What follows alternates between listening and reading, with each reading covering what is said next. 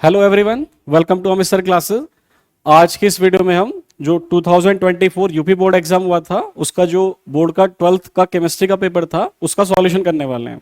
और एक्चुअली इस वीडियो में हम केवल पेपर कोड 347 FZ इस पेपर का सॉल्यूशन करेंगे और उसके बिना पहले क्वेश्चन का सॉल्यूशन करेंगे। जो ऑब्जेक्टिव था उसमें 6 पार्ट्स थे, उनके क्वेश्चन के हम सॉल्यूशन करेंगे। ठीक है ना।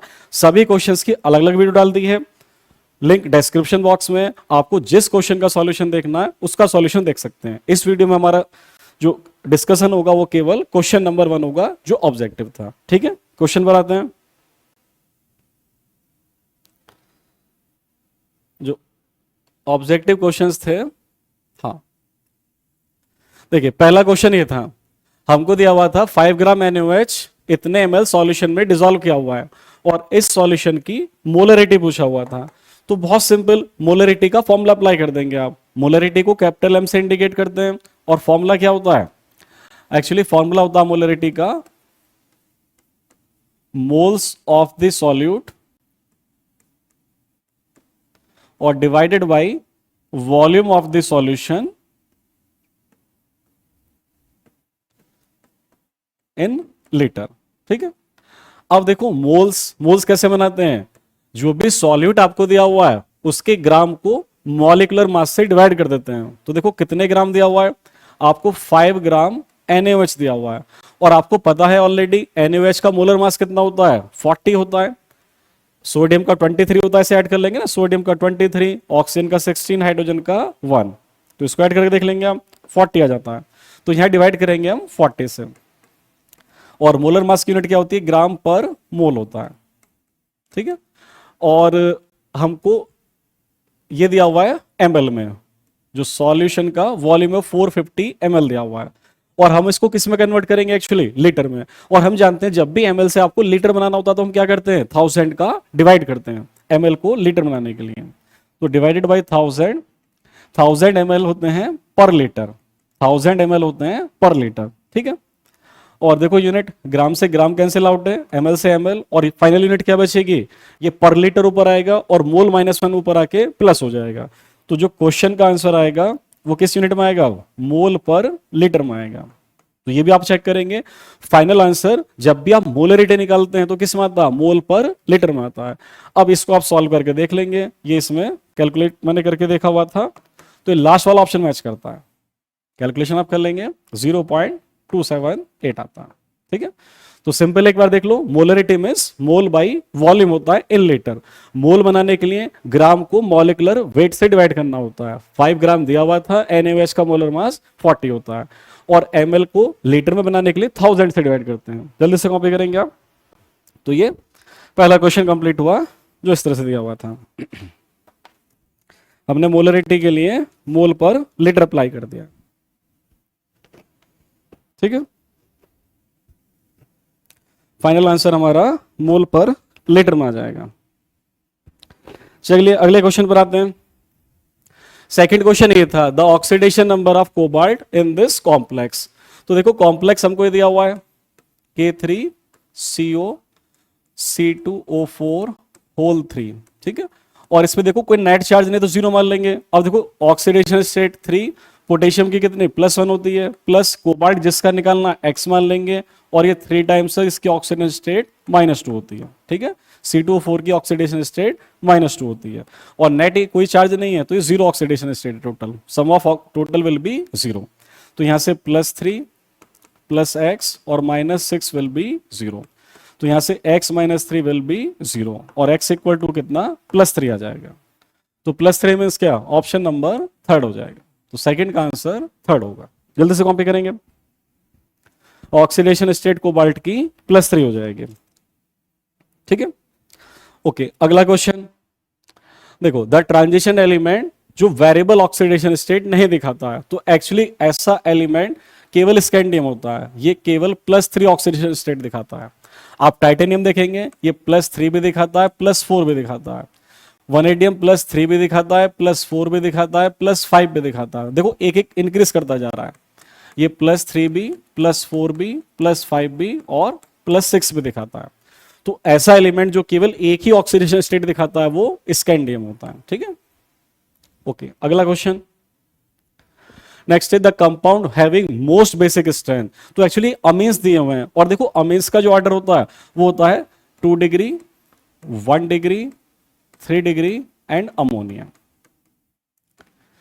जब भी आपको मिथाइल सब्स्टिट्यूटेड अमीन्स की बेसिसिटी कंपेयर करनी है और माइंडेड आपको कोई फेस नहीं दिया हुआ है तो आप ये ऑर्डर फॉलो करेंगे। गैस फेस होता है तो कुछ और आंसर होता है, वो अलग डिस्कशन है, पर यहां पर लिमिटेड ये है कि जब भी आपको कुछ भी नहीं दिया हुआ क्वेश्चन में क्या फेस है तो आप उसका ऑर्डर ये ध्यान रखेंगे कि सेकंड ऑर्डर सबसे बेसिक, फिर फर्स्ट ऑर्डर, फिर थर्ड ऑर्डर और लास्ट में अमोनिया। तो सबसे ज्यादा बेसिक स्ट्रेंथ किसका होगा? जो सेकेंडरी अमीन है। और देखो सेकेंडरी अमीन फर्स्ट वाला ही होगा, तो इस क्वेश्चन का राइट आंसर ना पहला हो जाएगा, सेकेंडरी अमीन ये वाला होगा। देखो ये प्राइमरी अमीन है। आप ऐसे देखो, ये तो अमोनिया है, जहां पर अमोनिया का एक हाइड्रोजन आपने मिथाइल से रिप्लेस कर दिया वो प्राइमरी अमीन है। जहां पर दो अमीन दो मिथाइल ग्रुप से रिप्लेस कर दिए, दो हाइड्रोजन, एक हाइड्रोजन बचा तो सेकेंडरी अमीन है, और जिसमें तीनों हाइड्रोजन हटा दिए वो टर्सरी अमीन है। देखो बेसिक क्या था? बेसिक था अमोनिया। आपने इसका, ये तो अमोनिया, एक हाइड्रोजन कोई से भी साइड हटा दिया, ठीक है, मान लो इस वाली साइड हटा दिया और ये मिथाइल लगा दिया तो ये 1 डिग्री है, ठीक है, जो ये वाला कंपाउंड है। आपने एक और हाइड्रोजन हटा दिया, ये सेकेंडरी है 2 डिग्री, और आपने तीनों हाइड्रोजन रिप्लेस कर दिए मिथाइल ग्रुप से तो ये टर्सरी है, ठीक है, ये टर्सरी या 3 डिग्री है। तो एक्चुअली बेसिसिटी जो होती है सेकेंडरी की सबसे ज्यादा होती है और टर्सरी की कम हो जाती है। रीजन यहां पे स्टेरिक रिपल्सन होता है, इतना बल्कीनेस हो जाता है कि इलेक्ट्रॉन को रिलीज करना ज्यादा इजी नहीं हो पाता, ठीक है ना, तो टर्सरी का कम होता है। ओके, अगला question, the compound which is not a disaccharide. Actually disaccharide क्या होते हैं? डाइसैकेराइड जिनके हाइड्रोलिसिस से हमको 2 यूनिट्स ऑफ मोनोसैकेराइड मिलते हैं। अब देखो जैसे सुक्रोज होता है, जब आप सुक्रोज का इन्वर्जन करते हैं तो हमको क्या मिलता है? Glucose plus fructose, glucose plus fructose. Glucose क्या होता है? मोनोसैकेराइड। फ्रक्टोज भी क्या होता है? मोनोसैकेराइड। मोनोसैकेराइड क्या होते हैं? जिनका फर्दर हाइड्रोलिसिस नहीं हो सकता है, तो जिनके हाइड्रोलिसिस से 2 यूनिट मिलती हैं वो डाइसैकेराइड होते हैं। तो सुक्रोज भी डाइसैकेराइड है, ये भी डाइसैकेराइड है और ये भी डाइसैकेराइड है। बट सेल्यूलोज जब इसका हाइड्रोलिसिस करते हैं हमको a large number of monosaccharides मिलते हैं, तो ये डाइसैकेराइड नहीं होता, ये पॉलीसैकेराइड होता है। तो इस क्वेश्चन का राइट आंसर सेकंड हो जाएगा। ओके, अगला question, which of the following compound is identified by Tollens test. तो एक्चुअली एल्डिहाइड की आइडेंटिफिकेशन के लिए हम टॉलेंस टेस्ट करते हैं। एक्चुअली देखो टॉलेंस रिएजेंट, जो टॉलेंस रिएजेंट होता है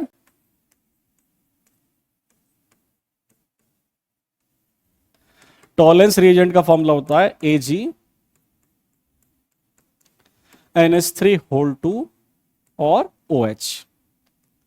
और इसके यदि नाम की बात करेंगे तो डाई अमीन सिल्वर हाइड्रोक्साइड, नाम भी लिख सकते हैं हम इसका, डाई अमीन सिल्वर,